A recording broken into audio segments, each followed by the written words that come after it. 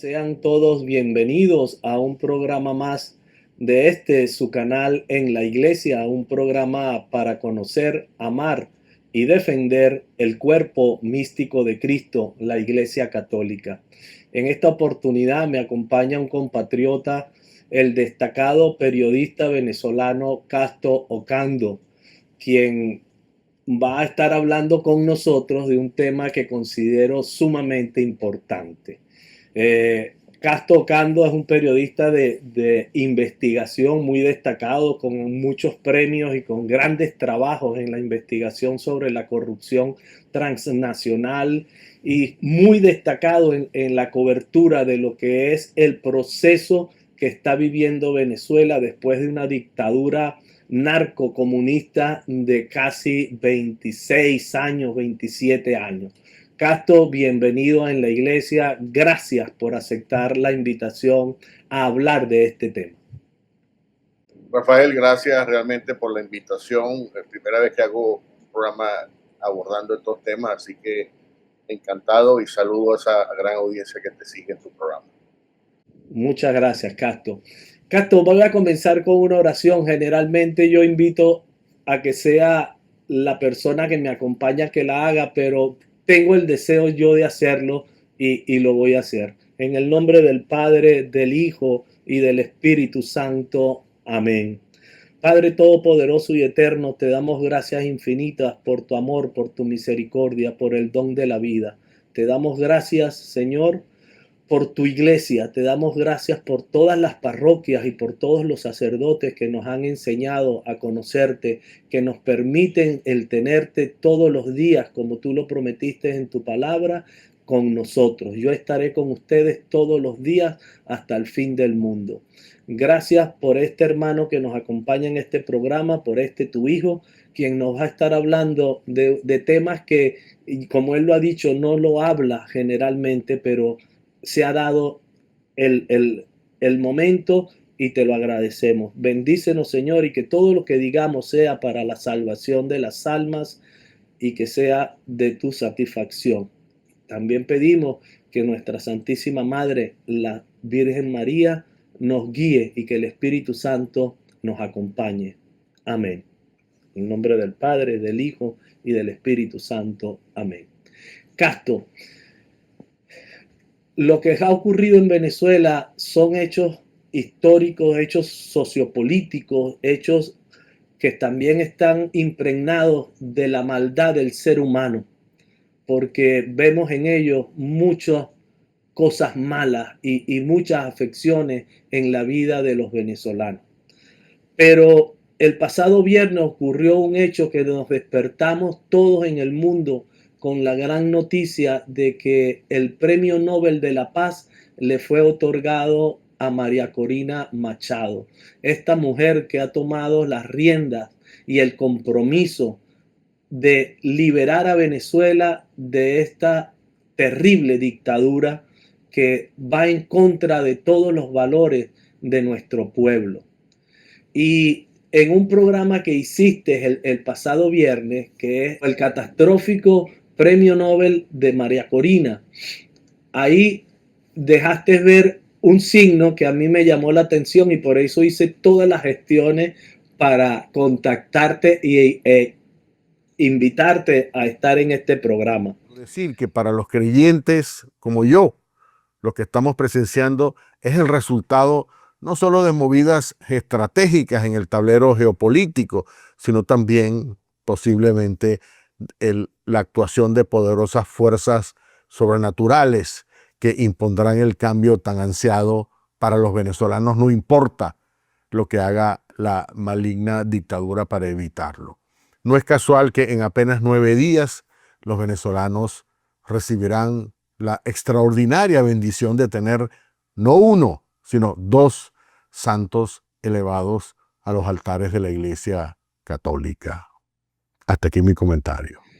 ¿Cuáles son esos signos, Casto, que tú, no solamente en la actualidad, yo estuve viendo algunas intervenciones que tuviste con Jaime Bailey, y ahí también tú manifestaste que hay hechos sobrenaturales en toda esta concatenación de hechos que están ocurriendo para la libertad de Venezuela? Bueno, Rafael, la primera cosa que diría es que eh, estamos en un proceso que nadie se imaginaba hace solo 3 meses. Es decir, cuando todavía no se había planteado esta nueva etapa de máxima presión de la administración Trump contra la dictadura, había, digamos, conversaciones, había expectativas, había esperanzas, pero no había una claridad como la que existe en este momento.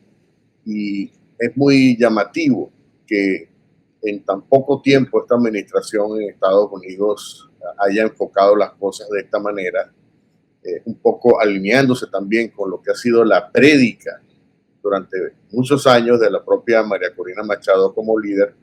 Y uno no puede menos que sorprenderse de toda esta concatenación de factores que de repente se alinean, ¿no?, en una sola dirección y que no necesariamente forme, es decir, yo no veo, por ejemplo, que haya una persona, un ser humano manejando los hilos detrás, ¿no? Ni siquiera María Corina, ni siquiera Donald Trump.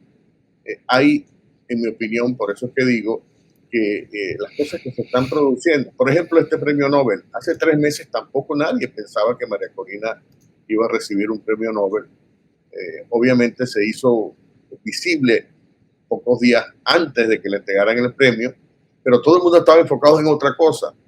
Por eso es que causó una gran y una muy grata impresión esta concesión del Nobel, que en mi opinión es otro de esos elementos que ayudan a alinear, ¿no? Es como si una gran fuerza espiritual ha estado actuando tras bastidores, por decirlo de esa manera, moviendo unos hilos que por sí solos esos hilos no se hubiesen movido. Y obviamente hay que entender esto. Yo como periodista, por ejemplo, y una persona que he estado, digamos, observando, pero al mismo tiempo, como un hombre de fe, pues yo soy católico, siempre lo digo cada vez que puedo. Sin embargo, no estoy, mi trabajo no es particularmente enfocado en el enfoque religioso de las noticias, pero es muy difícil dejar por fuera ese factor, porque cuando tú lo ubicas en el contexto global, digamos, de lo que está pasando en el mundo, estamos en medio de una extraordinaria guerra que muchos analistas llaman una guerra cultural por la sobrevivencia del cristianismo. Hay poderosas fuerzas que naturalmente uno sí ve como planeando esto, organizando lo que se ha entendido ahora como un ataque directo a la base de la civilización judeocristiana, que es la civilización cristiana, obviamente, con los valores, etcétera. Ha habido un esfuerzo no solamente minucioso y bien organizado, sino también con el apoyo de tremendas fuerzas económicas, fuerzas políticas, para tratar de acabar con esas raíces. Y es lo que algunos analistas piensan que es como una nueva cara del marxismo, es decir, es una pelea del marxismo cultural para acabar con las bases de la cultura cristiana, porque es probablemente el más fuerte impedimento para controlar y dominar una sociedad, ¿no? El hecho de que haya, por ejemplo, valores familiares, por eso es que hay un ataque.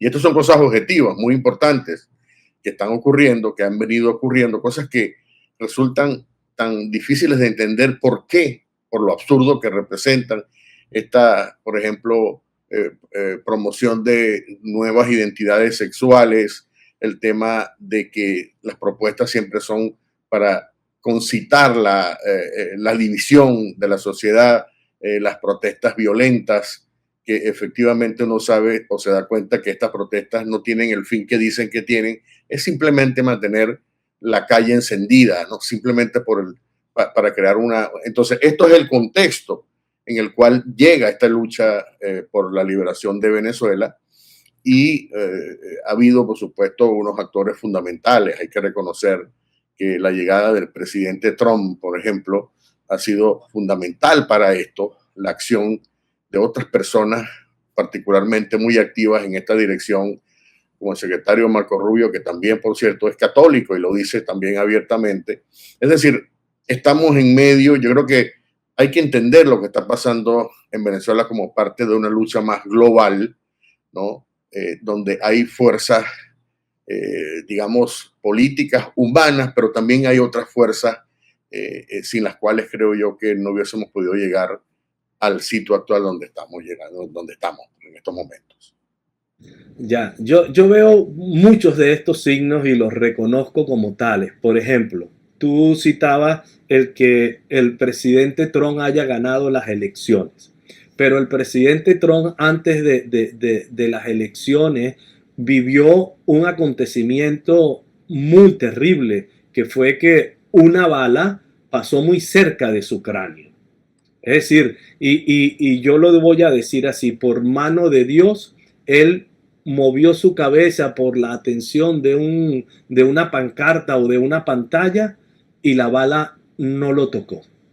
Y yo creo en lo profundo de mi corazón que el presidente Trump lee este acontecimiento como un signo de lo alto. Es decir, él tiene que reconocer, y creo que lo hace, que el Todopoderoso le tiene una misión. Y la misión es ir en contra de todos los ataques hacia la civilización occidental. Es decir, a lo que tú señalabas como los valores judeo-cristianos. Es decir, el cristianismo, la cristiandad que ha definido el desarrollo de nuestra civilización. Porque nadie podrá negar que la civilización occidental se debe al desarrollo del catolicismo y en otros países pues del protestantismo, pero predominantemente debemos al catolicismo las universidades, los hospitales, los leprosorios, las casas de ancianos, una cantidad de respuesta al amor de Cristo que nos deja en el Evangelio y que nos llama a amar, a que tenemos que amar y obrar amando. Entonces, también es un hecho que no deja de pasar como significativo el que Marco Rubio sea denominado secretario de Estado y también del otro departamento de seguridad, correcto, tiene esas dos posiciones. Y luego el vicepresidente J.D. Vance es un católico ortodoxo, si podemos decirlo así, es decir, le gusta la misa tradicional y participa de ella.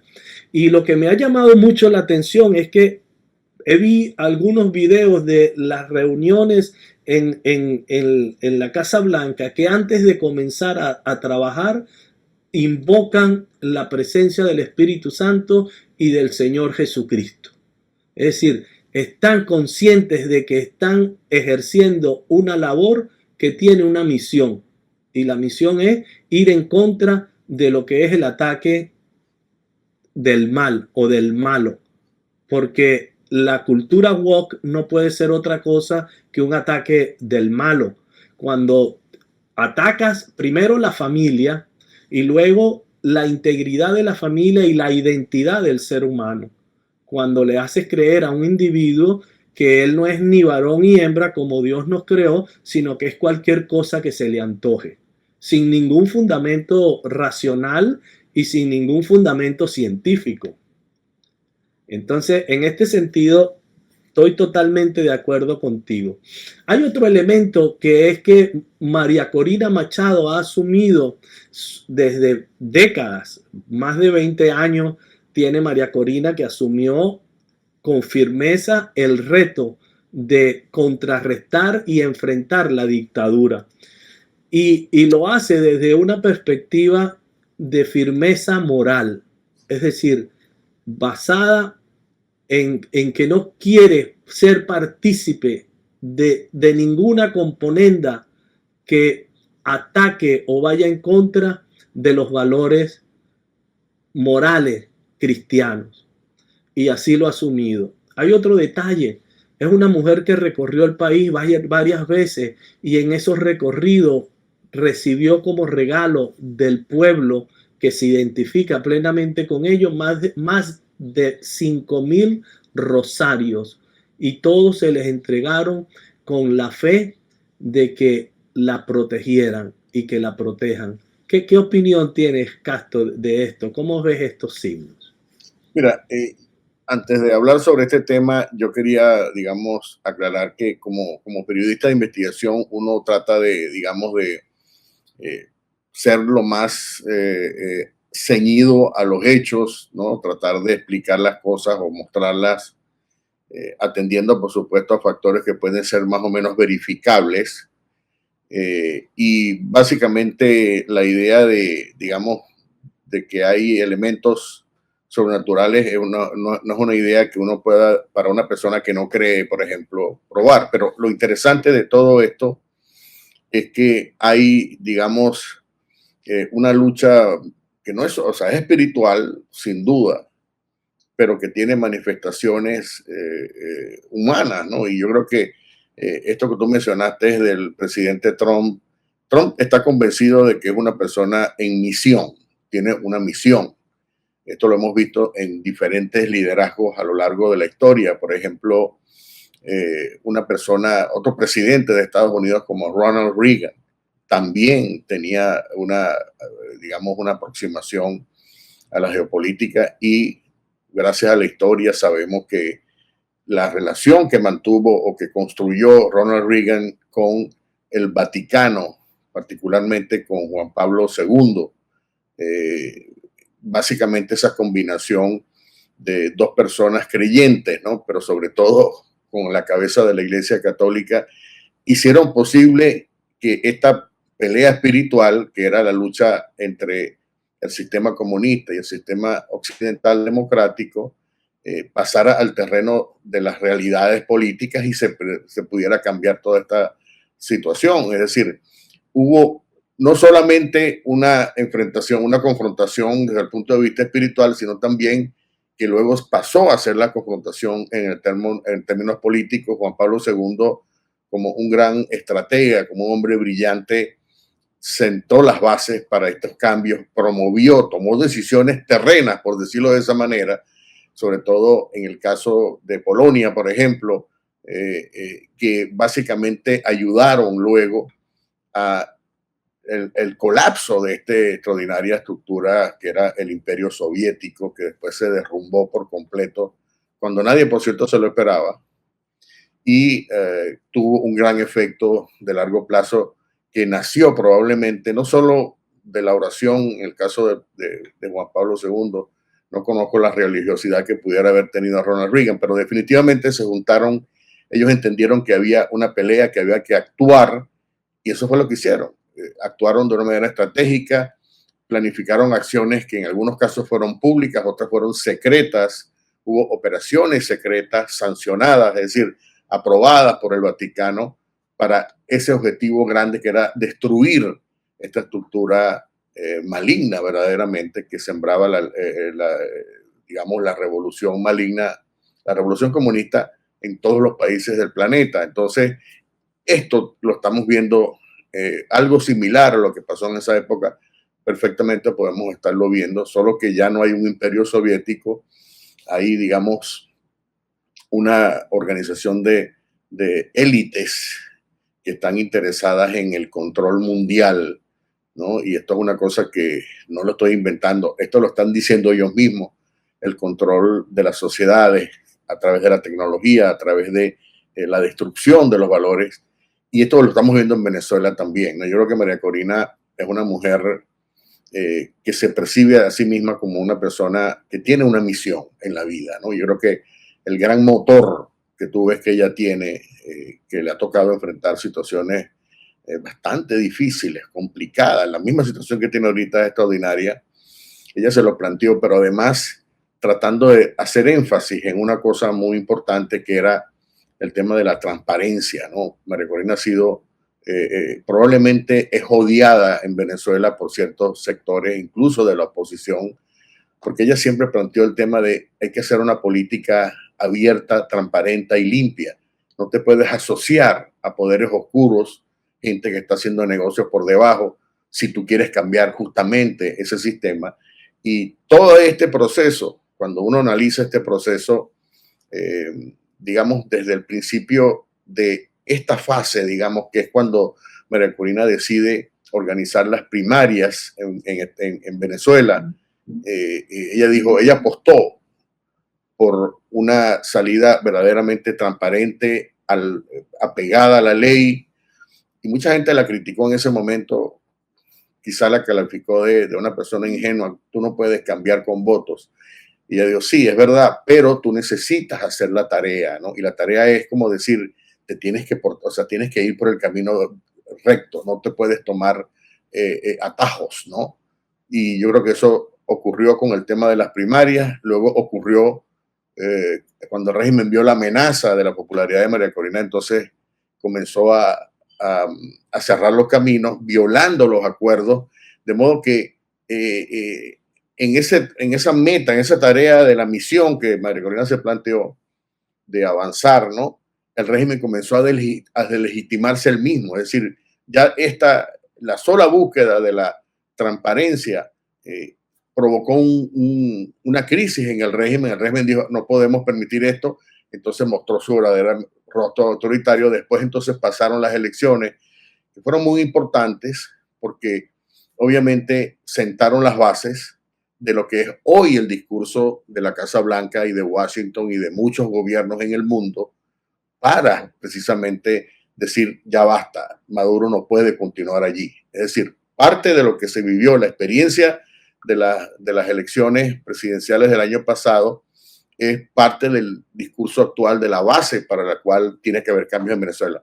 El otro aspecto es que ocurrió este tema de las actas, ¿no? Que también era una cosa que María Corina organizó, pero hubo otra vez, ¿no? Otras fuerzas invisibles que actuaron para que se preservaran las actas, porque a pesar de que María Corina había hecho toda esta estructura que todos sabemos de observadores electorales, por cierto, uno de los esfuerzos reconocidos por el Comité del Nobel para darle ese premio, se produjo también por la intervención de otras fuerzas que no necesariamente estaban coordinadas con María Corina, y volvemos otra vez a este esquema de las cosas que pasan como una confluencia de fuerzas que se unen para un mismo objetivo. Y gracias a que se pudo impedir el fraude que el gobierno tenía planeado y listo, solo que entró una fuerza y se bloqueó esa trampa, entonces tenemos las actas, y las actas han sido también un elemento extraordinariamente letal, digamos, para el régimen. Y luego hemos tenido esto, como dijimos, la elección de Trump. Tú has mencionado esta sobrevivencia que ha tenido Trump de los atentados. Luego comienza esta política totalmente diferente. Entra en acción una persona como Marco Rubio, a quien yo creo que, o sea, yo considero que es uno de los principales arquitectos de lo que estamos viviendo en este momento en Venezuela. Y comenzó esta interacción y se han hecho, digamos, se han cumplido los procesos. Estados Unidos le planteó, hubo negociaciones durante los primeros meses de este año para abrirle la puerta a Maduro, para decir, tienes que irte, pero obviamente pero había que quemar esa etapa.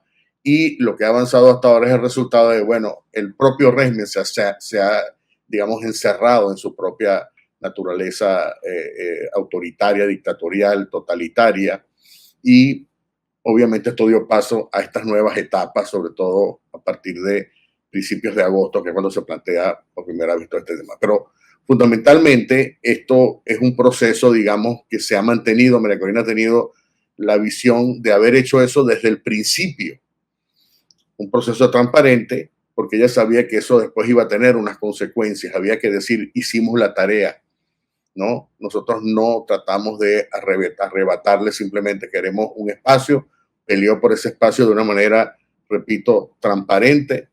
Y esto es muy importante porque es parte de, digamos, o sea, es parte un poco de la prédica que uno ve en el Evangelio, ¿no? O sea, cuando los caminos, digamos, del bien, de la justicia, del seguimiento a Cristo, ¿no? Por decirlo de esa manera, son caminos muy difíciles, estrechos, pero tienen que ser rectos en una dirección. Cuando uno comienza a negociar, a tratar de disipar o a tratar de buscar salidas laterales, el fin no es que es como probablemente ha hecho algunos sectores de la oposición, no condujeron a un resultado favorable para la gente. Y aquí es donde yo digo que toda esta confluencia, porque ¿quién iba a predecir que no solamente el triunfo de Trump, sino el hecho de que Trump finalmente se interesara en el caso de Venezuela? Trump, por ejemplo, nunca habló en su campaña de lo que iba a hacer sobre Venezuela, nunca. Y evadía ese tema. Obviamente siempre tenía algunas expresiones, pero eso estableció, yo que he estado detalladamente cubriendo esto, me di cuenta de que Trump nunca dio una certeza con respecto a lo que iba a hacer a Venezuela, y sin embargo terminó haciendo esto que, digamos, es sin precedentes, este despliegue, todas estas cosas, que yo creo que esto es, por eso es que yo llamo que hay una, digamos, unos planes más arriba, ¿no? Hay unas fuerzas que están actuando. Y volviendo al tema del Rosario, yo creo que María Corina ha asumido esto, ¿no? Además, digamos, una tradición, el Rosario y la veneración de la Virgen, que es muy venezolana, por cierto. Hay una extraordinaria confianza de los venezolanos desde pequeños a la figura de la Virgen. Hay numerosas vírgenes en Venezuela muy queridas, ¿no? Tú mencionabas este hecho cuando estábamos hablando tras cámaras, que la Virgen de, o sea, la Virgen de Coromoto tiene una cosa particular que no tienen otras vírgenes, o por lo menos el fenómeno de la aparición, ¿no? De cómo se fraguó esa imagen. La imagen fue elaborada, después tú lo puedes explicar mejor, pero hay una gran tradición. Entonces se unen estas fuerzas, María Corina, y disculpa si me estoy extendiendo demasiado en este comentario, pero adelante. No hay que olvidar que desde que llegó Chávez, el régimen entendió la importancia de la fe, entendió el tema de la religiosidad y de la conciencia cristiana católica que hay en Venezuela, y entonces asumió dos posiciones. Uno, comenzó a atacar a la iglesia, ¿no? Y hay un montón de ejemplos de cómo Chávez, por ejemplo, trató de denigrar a las autoridades de la iglesia de una manera, por cierto, terrible, ¿no? En algunos casos. Y la otra cosa era que trató de apropiarse del discurso de la iglesia, y por eso es que tú ves a Maduro diciendo yo soy cristiano, ¿no?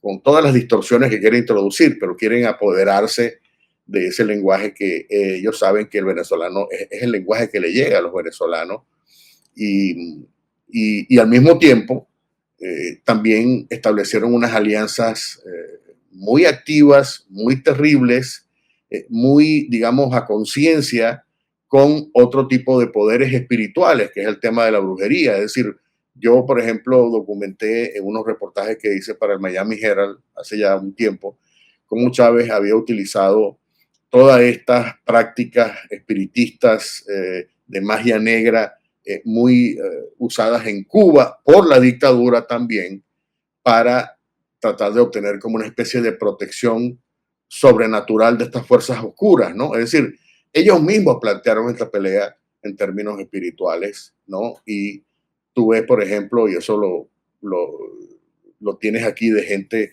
personas que vivieron en Venezuela. Hay en Miami, por ejemplo, una cantidad de babalaos, que son los sacerdotes de esta religión espiritista en Cuba, la santería, que vivieron en Venezuela y cuentan como el tipo de sacrificios, incluso hacían sacrificios,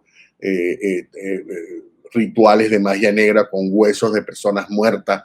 Eso no es un invento, es decir, está ampliamente documentado. Chávez, por ejemplo, hacía rituales terribles, que también los hacía Fidel Castro. Por ejemplo, buscaron un león, la gente no se acuerda de eso, y se lo llevaron a Miraflores, y entonces mataron al león allí en vivo, lo rajaron y entonces Chávez se metió dentro de la coraza del recién asesinado, muerto el león, para investirse de ese poder, ¿no? Y esto ocurrió realmente en Miraflores, y yo lo incluí en mi artículo. Hay incluso otra gente que también lo ha documentado en otros libros.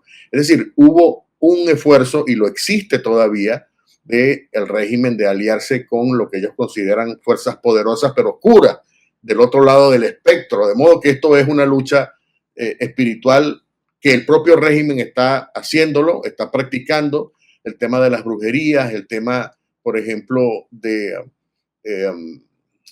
las ciertas rituales que ellos hacen, que básicamente repiten toda esta práctica de magia negra en Cuba.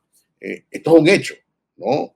Pero al mismo tiempo, por eso es que María Corina, consciente de todas estas cosas, y yo creo que la oración de los venezolanos, o sea, yo creo que aquí realmente hay que entender, para tú entender completo este proceso, esto no es solamente una lucha política, esto es una lucha donde intervienen fuerzas, el régimen lo entiende, y la gran preocupación y lo último que está intentando el régimen es que quiere apoderarse ahora del relato del tema de la canonización, sobre todo de José Gregorio Hernández, y por eso es que ellos quieren tratar de apoderarse de eso. Están organizando ahora aparentemente una gran celebración que tendrá lugar después que ocurran las canonizaciones el próximo domingo.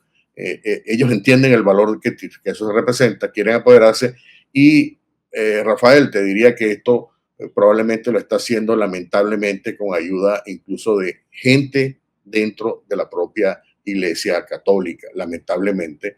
Y bueno, esto es un tema que naturalmente tiene que preocupar porque ellos quieren utilizar la figura de José Gregorio Hernández, que por cierto es también popular en estos ambientes espiritistas venezolanos, y esto es otro tema, ¿no? Creo que eso fue, no sé si tú sabes, bueno, tú debes saberlo, pero la razón por la cual se ha tardado tanto la canonización de José Gregorio era exactamente por ese factor, porque iba a estimular ese tipo de religiosidad completamente distorsionada, de magia negra, de espiritismo que se practica en Venezuela. Pero aparte de eso, el régimen está ahorita en esa situación, quiere apoderarse de eso, ¿no? Y tú ves que hay una malignidad, porque ¿cuál es el propósito que tiene Maduro para Venezuela sino mantenerse él en el poder con todas estas implicaciones de presos políticos, persecución totalmente anticristiana, desalmada, ¿no? Tú ves que hay un propósito absolutamente, vamos a decirlo, diabólico, ¿no? Aunque no me gusta meterme mucho en ese terreno, pero definitivamente es una fuerza oscura, ¿no? Que está tratando de desesperadamente sobrevivir en esta lucha. Sí. Castro, has dicho cosas tremendamente reales. Está muy documentado que desde el comienzo, y yo diría que desde antes de Chávez asumir el poder o ser electo como presidente de Venezuela, ya estaba haciendo práctica de la palería y de la santería cubana. El padre José Palmar fue testigo presencial de esto y fue testigo de cómo se comienzan a hacer en el sótano de Miraflores unas salas de práctica de santería. Y David Placer ha escrito un par de libros donde fundamenta y explica todo con detalle. Pero lo que sí es cierto es que en el vértice de la iglesia venezolana hay algunos obispos, inclusive arzobispos, que están ligados al mal actuar de la tiranía y de la narcoindustria que ha tomado el poder en Venezuela. Tengo fuentes que conocen un poco la investigación que está llevando Estados Unidos y me han dejado saber que hay nombres de algunos obispos que en acuerdos y muy cercanos al hijo de Maduro, a Nicolásito, donde han viajado a Europa y están incluso metidos en el lavado de dinero y en el tráfico de oro. Y no sabemos si están en el tráfico de sustancias psicotrópicas. Lo que sí es cierto es que da mucha pena que un hecho tan histórico, trascendental como la canonización de los primeros santos venezolanos, la madre Carmen Rendiles y José Gregorio Hernández, el doctor José Gregorio Hernández, se preste el arzobispo de Caracas, y en esto voy a invitar a toda nuestra audiencia que si quiere profundizar en esto, voy a dejar en la descripción del programa un programa de Ibellice Pacheco que ha hecho espectacular, donde denuncia la conjunción de el arzobispo Bior Castillo y Nicolás Maduro para poseer o apropiarse de la celebración de la canonización para hacer ver de que es un apoyo popular. Y ante esto, el dictador y el narcodictador Nicolás Maduro le pone y le ofrece 70,000 almuerzos y no sé cuántos miles de autobuses para mover la gente de cualquier punto de Venezuela a la capital. Y esto es inaceptable. Y estaba mirando una entrevista de la señora que también acompaña al arzobispo a visitar a Maduro a una reunión donde se planifica este hecho o este acto que quieren hacer. Y es vergonzoso. Yo tengo que decirlo como católico que se sienta en una banca, y lo voy a repetir ahora, no se crean los obispos y los sacerdotes que los que nos sentamos en las bancas de las iglesias somos tontos y que no nos percatamos. ¿Tú tienes alguna confirmación de que en las investigaciones del gobierno americano aparecen nombres de algunos prelados de la Iglesia Católica? Mira, primero, insisto, como tú lo acabas de hacer, en que la gente pueda ver este programa de mi colega Ibellice Pacheco, que verdaderamente destapa esa olla importante. Creo que se llama El demonio en la casa de Dios, el video. Es importante que pongas el link o la conexión para que la gente vea, porque ella, y esto lo hablé personalmente también con ella conversó con personas directamente conocedoras, familiarizadas con todo esto que está pasando, incluyendo, por cierto, religiosos que han sido sancionados o castigados por tratar de mostrar un punto de vista crítico acerca de lo que está haciendo el arzobispo de Caracas, Raúl Bior Castillo. Y al mismo tiempo lo he conversado también con otras autoridades eclesiásticas, ¿no? Personas que trabajaron en el Vaticano, es decir, religiosos venezolanos que trabajaron en el Vaticano y me han confirmado efectivamente, ¿no? Y posiblemente Ibellice Pacheco se quedó corta porque son una cantidad importante de elementos, pero ella se enfocó en este tema particular de la apropiación que quiere hacer Maduro del fenómeno de fe extraordinaria de la gente sencilla, de la devoción a José Gregorio Hernández, y obviamente su objetivo es que esto lo pueda ayudar a mejorar su imagen, cosa que yo no creo que vaya a pasar, pero es muy grave que la iglesia esté o que esas figuras concretas estén tratando de ayudar al régimen en este. No me parecería que es como una actitud ingenua, ¿no? Ellos deben saber todas las implicaciones de tipo político que tiene esto, por supuesto. Pero la preocupación también se debe a que estas autoridades no están trabajando por su cuenta. Es decir, aquí hay también una línea que conecta a una autoridad o dos en el Vaticano, posiblemente que no necesariamente van a permanecer activas en el, digamos, con el nuevo papado, pero se menciona, por ejemplo, la figura de el que fue nuncio apostólico en Venezuela, que es el cardenal Parolín, que actualmente es el secretario encargado del secretario de Estado del Vaticano. Aparentemente no va a continuar, pero no le han conseguido todavía sustituto, de modo que se mantiene. Pero estas son, porque nadie, digamos, una figura de ese calibre como el arzobispo de Caracas, que podría ser como el arzobispo primado de Venezuela, entonces tenga este tipo de comportamientos sin que alguien de más alto nivel le esté respaldando, ¿no? Pero esto es una cosa que tendría que ser, como tú dices, ¿no? Los feligreses en Venezuela, ¿no? El laicado venezolano debería comenzar a tomar cartas en el asunto, y hay maneras, por cierto, de cómo esto se puede hacer. Recientemente el Vaticano, el año pasado, mejor dicho, abrió una oficina especial para investigar casos de corrupción dentro del Vaticano o en la Iglesia Católica en general. Yo te voy a pasar luego el correo, porque la gente puede escribir a ese correo pidiendo una investigación. ¿Qué está pasando allí? Es decir, si hay corrupción, bueno, debería investigarse. Y si hay las suficientes pruebas o evidencias, debería entonces tomarse una acción correctiva.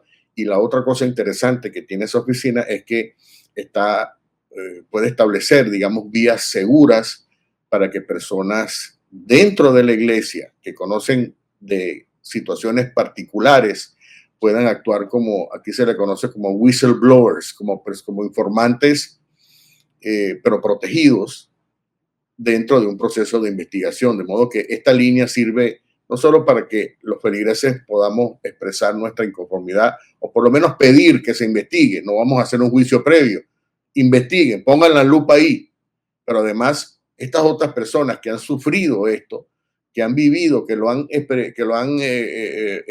digamos, han sido testigos, puedan entonces decir, yo estoy dispuesto a dar mi testimonio para una investigación más general, porque obviamente nos estamos jugando el futuro de Venezuela y es muy lamentable que estos sectores de la Iglesia Católica en Venezuela estén ahora actuando bajo una tremenda complicidad en estos momentos extremadamente críticos. Ahora, esto no es una situación nueva, obviamente. Esta relación ya probablemente puede llevar ya varios años y ha implicado naturalmente la recepción de financiamiento. Esto lo dice, por supuesto, la periodista Ibellice Pacheco. De modo que hay una presunción de posibles actos de corrupción, probablemente dineros que no son declarados, probablemente dineros que están siendo recibidos sin verificar su origen, lo cual es extremadamente grave, y esto pudiera incluso tener resonancias internacionales, porque la razón por la cual el Vaticano abrió esa oficina que te estoy comentando es porque en el 2016 el Vaticano se convirtió en signataria de la Convención de las Naciones Unidas contra la Corrupción. Es una convención internacional y como signataria de esa convención está obligada a cumplir las leyes anticorrupción, y obviamente el caso de Venezuela sería un buen punto para comenzar. Casto, hay muchos obispos que inclusive tengo el caso muy cercano de uno que el alcalde electo de esa población, y lo voy a decir claramente, es la ciudad del Tigre en el estado Anzoátegui, es la ciudad de donde viene el fiscal general de Venezuela, Tarek William Saab. Allí ganó Ernesto Paracaima la alcaldía y lo destituyeron, lo metieron preso, todavía está preso, son casi 900 días que está secuestrado, donde lo torturan, hacen lo que conocemos que hacen con los presos en Venezuela, políticos, y allí colocaron a una señora como alcalde. Pero el obispo de esa ciudad y de esa diócesis coloca a esta señora, que es una laica, que no tiene nada que ver en los actos religiosos, como si fuese una sacerdotisa quizás. Es decir, pasa a ocupar el presbiterio y en los actos, y esto es terrible. Pero también hay denuncias de que este obispo ha volado a Roma y a Europa en el avión de Nicolásito, en uno de estos aviones que quizás ya el gobierno norteamericano decomisó e incautó por estar implicados en tráfico de droga. Y hay otros obispos que según una fuente que tengo en Venezuela y otra aquí en Estados Unidos, en las investigaciones aparecen nombres de obispos venezolanos. Te vuelvo a hacer la pregunta. Entre la profundidad de tus investigaciones, ¿tienes conocimiento de que aparecen en esas investigaciones nombres de obispos venezolanos? Mira, no he realmente profundizado lo que me gustaría en este tema en los últimos momentos, pero sí, obviamente, he estado siempre monitoreando estos temas de la iglesia porque son de personal interés para mí. Y ha habido obviamente una serie de personas a diferente nivel. Por ejemplo, ha habido sacerdotes hiperchavistas. Ha habido obispos también que, aunque entendí que comenzaron con Chávez totalmente identificados con el régimen, pero luego se dieron cuenta de que todo había sido una patraña, pero sin embargo continuaron manteniendo ese corazoncito rojito, ¿no? Y hay muchos ejemplos. Quizá no sería, digamos, justo porque hemos mencionado a este señor porque ya ha sido expuesto públicamente por una investigación que hizo Ibellice Pacheco, que es una persona excelente como periodista. Hay otros, por ejemplo, estos obispos que forman parte de lo que se llama el ordinariato militar en Venezuela, que es básicamente el obispado que maneja los asuntos de la iglesia con respecto a las Fuerzas Armadas. También hemos visto obispos metidos, no solamente, digamos, en la consejería, que eso pudiera entenderse, ¿no?, como misión, sino además apoyando y promoviendo la línea ideológica del régimen, que no solamente es anticristiana y anticatólica, sino que además va en contra de los intereses pareciera que tuvieran como un interés personal de que esto continúe.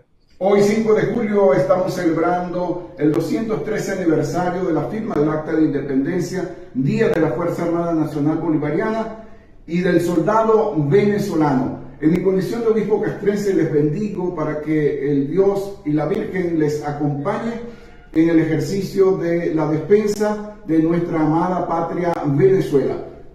Felicidades para todos.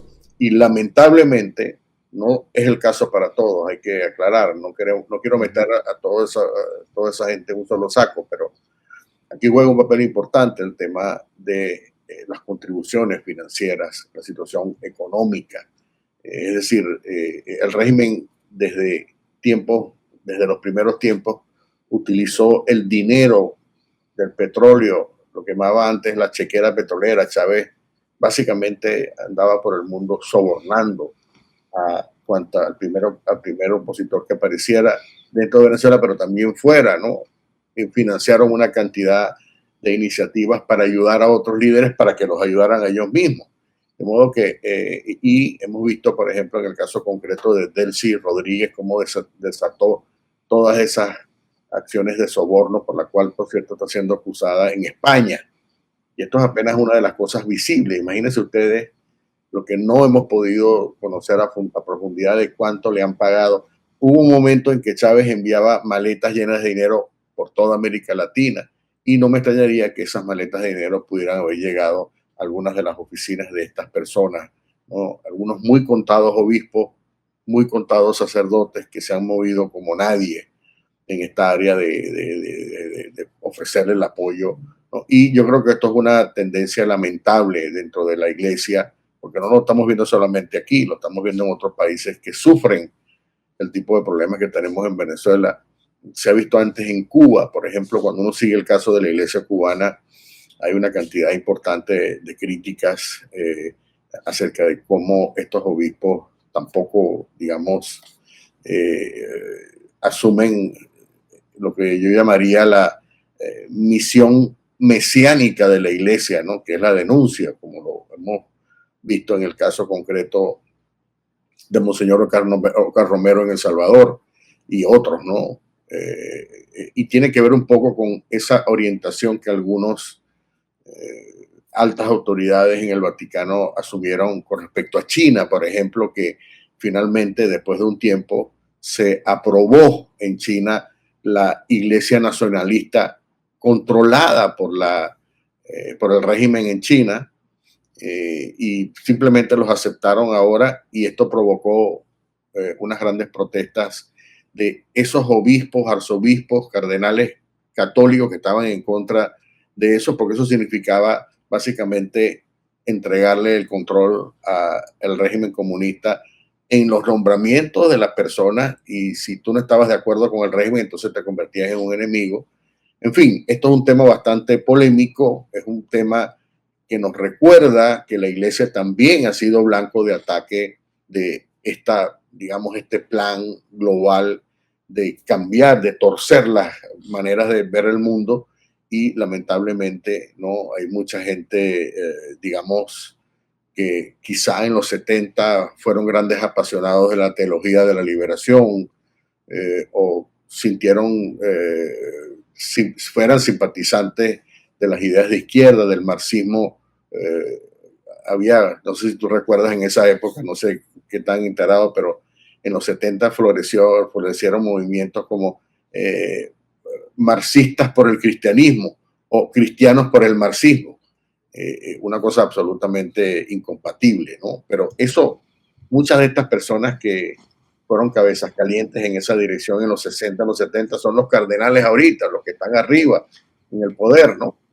Y no puedo dejar de recordar el Centro Gumilla y su director, sí, Arturo Sosa. Sí, el Centro Gumilla, aunque hizo un gran trabajo. Había mucha gente verdaderamente sensata y yo conocí muy bien el Centro Gumilla y respeto a muchas de estas personas, pero naturalmente había una orientación muy marcadamente hacia la izquierda, ¿no? Y cuando hablo de la izquierda hablo de, no tanto de promover el desastre chavista, sino de ver las cosas desde el punto de vista de esto como una lucha de clases, utilizando los esquemas, digamos, de análisis del marxismo, y aquí es donde vino el problema. Esto después fue condenado por el cardenal Ratzinger, y bueno, esto es una historia bastante larga, pero el punto fundamental es que estos líderes que crecieron al calor de esas tendencias ideológicas son los que ahora controlan las instituciones. En el caso de Venezuela, por ejemplo, la Universidad Católica Andrés Bello, que ahorita está bajo el mando del padre Arturo Peraza, que fue provincial de los jesuitas, es una persona joven, ¿no? O sea, probablemente no viene de esos, pero él nació y creció influido desde el punto de vista de la fe por este activismo izquierdista que se promovía desde el Centro Gumilla, por ejemplo, y otros centros, ¿no? Repito, hay gente extremadamente valiosa y seria en el Centro Gumilla. No estoy descalificando el Centro Gumilla como tal, porque ha cumplido siempre una tarea muy importante de iluminación desde la fe, pero lamentablemente hubo personas que salieron o que estuvieron allí que apoyaron abiertamente a Chávez, o por lo menos al momento de las confrontaciones siempre se iban del lado de Chávez. Por ejemplo, cada vez que Arturo Sosa hablaba sobre Venezuela, sobre el conflicto, decía, bueno, pero es que, y es lo mismo que hace Arturo Peraza, por cierto, ponen en la balanza como si tuvieran el mismo peso a la posición, y se ponen ellos en un medio político, en el centro político, que es completamente ficticio. No existe un centro político en Venezuela. Tú no puedes permanecer completamente ajeno a el poder inmenso y desproporcionado que tiene la dictadura, que además utiliza la represión sin misericordia, versus una oposición que está luchando constantemente con mucho menos recursos, no tiene aparato policial, no tiene manera de revertir. Es una lucha desproporcionada, y tú no puedes decir, mira, yo estoy en el medio, la oposición no está contribuyendo porque no, el problema fundamental está de este lado, el lado del régimen, y lamentablemente esas son posiciones que las tenemos en este momento. El padre Peraza no ha tenido problemas en retratarse con Nicolásito Maduro, que es el jefe, digamos, es técnicamente el director de asuntos religiosos del Ministerio de Justicia.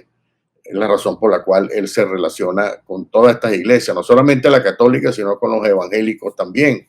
Pero el objetivo de ellos es traer esta masa, digamos, de seguidores al proyecto dictatorial de Maduro, y el objetivo está claro para todo el mundo. Ahora, ¿por qué razón una persona como Arturo Peraza, una persona brillante, una persona preparada, una persona que entiende muy bien todo esto, por qué se pone en ese lado que parece más a respaldar a la dictadura que a la oposición? Bueno, yo no quiero pensar que quizá, y esto también es un tema que hay que considerar, hemos visto la experiencia, por ejemplo, de la Iglesia Católica en Nicaragua, donde ha sufrido últimamente, siempre sufrió, pero ahora particularmente ha sufrido en los últimos años los ataques, las embestidas terribles de la dictadura de Daniel Ortega, que le han quitado instituciones, se han apoderado de varias universidades, han expulsado sacerdotes, obispos, o sea, han atacado directamente y quizá, ¿no? Estoy tratando de entender por qué quizá están estas posiciones de gente como Peraza, como el arzobispo Raúl Bior Castillo, están tratando de qué, de evitar que el régimen termine apoderándose de sus instituciones. No lo sé, ¿no? Pero eso es un tema que definitivamente necesita ser abiertamente discutido por la gente. Sí, ahora yo desde mi humilde posición creo que no es la manera que lo van a evitar. O sea, tú no vas a evitar que te tomen las posesiones de la iglesia estando al lado del dictador, estando al lado del capo, ¿entiendes? Y llevando a tu feligresía a ser manipulada y utilizada como objeto para una propaganda maléfica. Yo no lo creo. Yo creo que el apego al evangelio y el apego a los valores de la moral cristiana es la vía. Y están llamados a denunciar. Eso es la profecía dentro de la iglesia y ha sido históricamente así. Anunciar y denunciar. Anunciar lo que es para la salvación de las almas y el mensaje de Cristo y denunciar lo que está en contra. Y definitivamente la dictadura, la narcodictadura de Maduro y de Chávez no van en pro de los valores cristianos. Basta que veamos la persecución, basta que veamos las torturas, basta que veamos los secuestros, la desaparición de personas.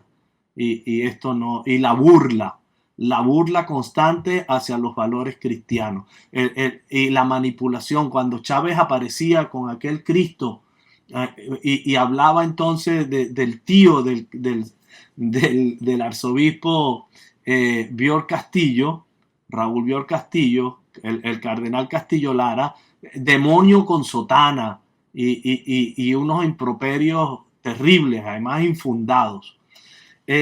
Me parece que no es la vía, Casto. Casto, no quiero abusar de tu tiempo.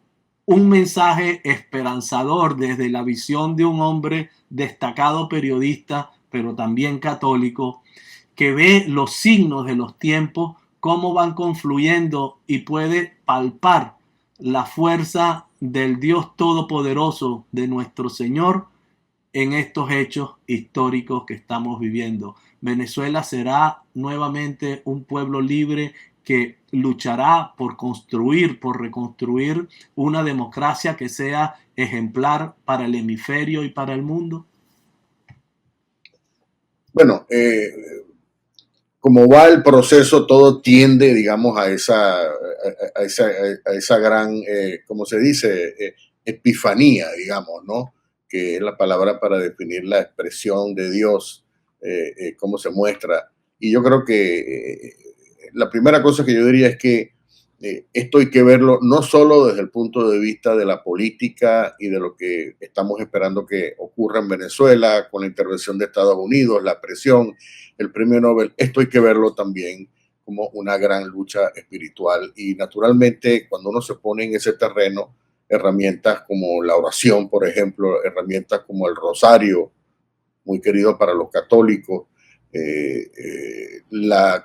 digamos, la unión para realizar actos masivos de oración, como lo ha pedido, por cierto, María Corina Machado.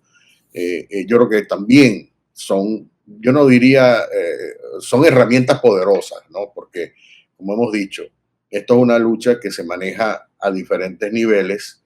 Un nivel es el nivel que estamos viendo político, de las discusiones, de los despliegues militares, de las opciones que tiene el régimen, y otra cosa es también esta lucha que se plantea de las fuerzas del bien y el mal. Yo creo que aquí hay también hay que verlo de esa manera. Sería permanecer ciego ante una realidad que está ocurriendo. Por eso es que el régimen actúa como actúa.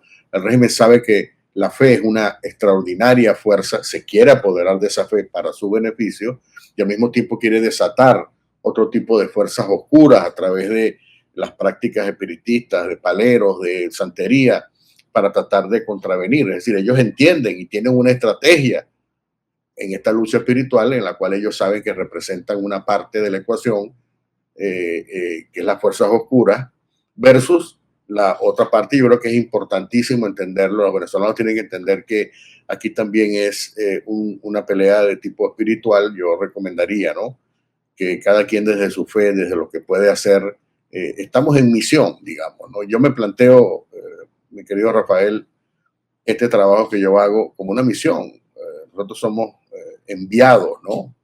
Para mí es importante, por mi formación católica también, asumir las cosas que hago como un compromiso con lo que yo creo que Dios quiere de mí para ayudar y servir a la gente. Y yo creo que cada quien tiene que ponerse en esa posición de decir cómo yo puedo contribuir desde mi rincón, desde mi casa, desde mi barrio, desde mi urbanización, desde mi profesión, cómo puedo yo contribuir a esta lucha que tiene dos niveles, repito, el nivel de la política, de la realidad, y esto tiene que ver entonces cómo puedo ser más solidario con la gente que no tiene, cómo puedo ayudar a protegernos en este momento de ataques, cómo podemos organizarnos en el barrio para crear una fuerza de bien, y al mismo tiempo cómo puedo yo contribuir desde el silencio de mi fe, desde mis creencias, cómo yo puedo contribuir. Son dos tipos de contribuciones que son importantes por igual, ¿no? Y esto es importante mantenerlo siempre pendiente. Estamos en una lucha que yo diría, no me gusta utilizar estas palabras, ¿no?, pero es una lucha histórica, es una lucha de cambio que va a tener repercusiones en la escena global, sobre todo en nuestras regiones, pero sobre todo va a tener una repercusión para la gente, ¿no? Y la gente sobre todo que está sufriendo. Y eso es lo que estamos tratando todos de que se logre, ¿no? Crear unas condiciones para que surja ese país que ha sido pisoteado por tanto tiempo y que comiencen a surgir las fuerzas del bien. Es decir, aquí, como se ha comentado, ¿no?, esto lo decía un importante teólogo protestante, pero que también fue perseguido en la época de la Segunda Guerra Mundial, que es Dietrich Bonhoeffer. Él decía que cuando una persona no hace nada para impedir el mal, se convierte en una fuerza del mal. Y esto es una cosa que hay que tenerla en cuenta. Tenemos que luchar contra ese mal que quiere permanecer, y obviamente esto implica poner todo lo que uno tenga en el asador, digamos, toda la carne en el asador. Ya.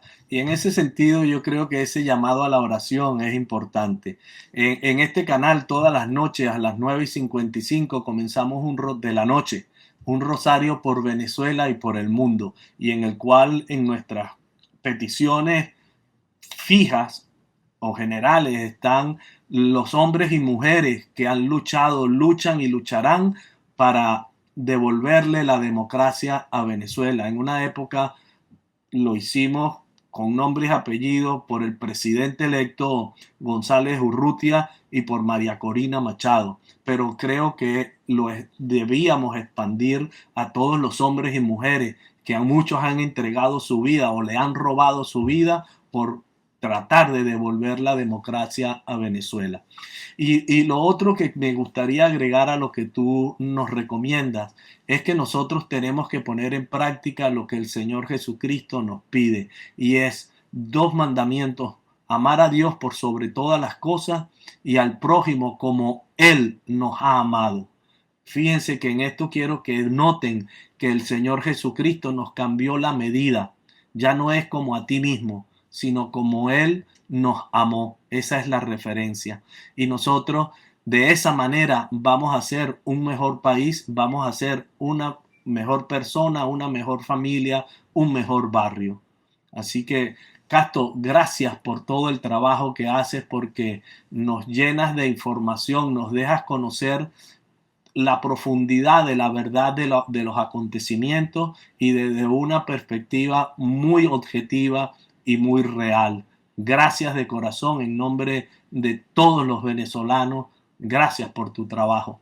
Y espero que en un futuro que podamos seguir tocando temas de esta índole pueda contar contigo. Con el mayor de los gustos, Rafael, siempre estoy aquí para servir. Muchísimas gracias. Esto ha sido En la Iglesia, un programa para conocer amar y defender el cuerpo místico de Cristo, la Iglesia Católica. En esta oportunidad, con la excepcional presencia de nuestro hermano Casto Ocando, destacado periodista venezolano especializado en periodismo de investigación y especialmente en corrupción transnacional. Casto, Dios te bendiga, Dios te guarde y que te pueda conceder todo el desarrollo de virtudes para que alcances la santidad, como lo han hecho nuestra hermana Carmen Rendiles y el doctor José Gregorio Hernández. Igualmente para ti y para todas esas personas que están viendo este programa. Muchísimas gracias. Hasta pronto, Casto. Hasta pronto.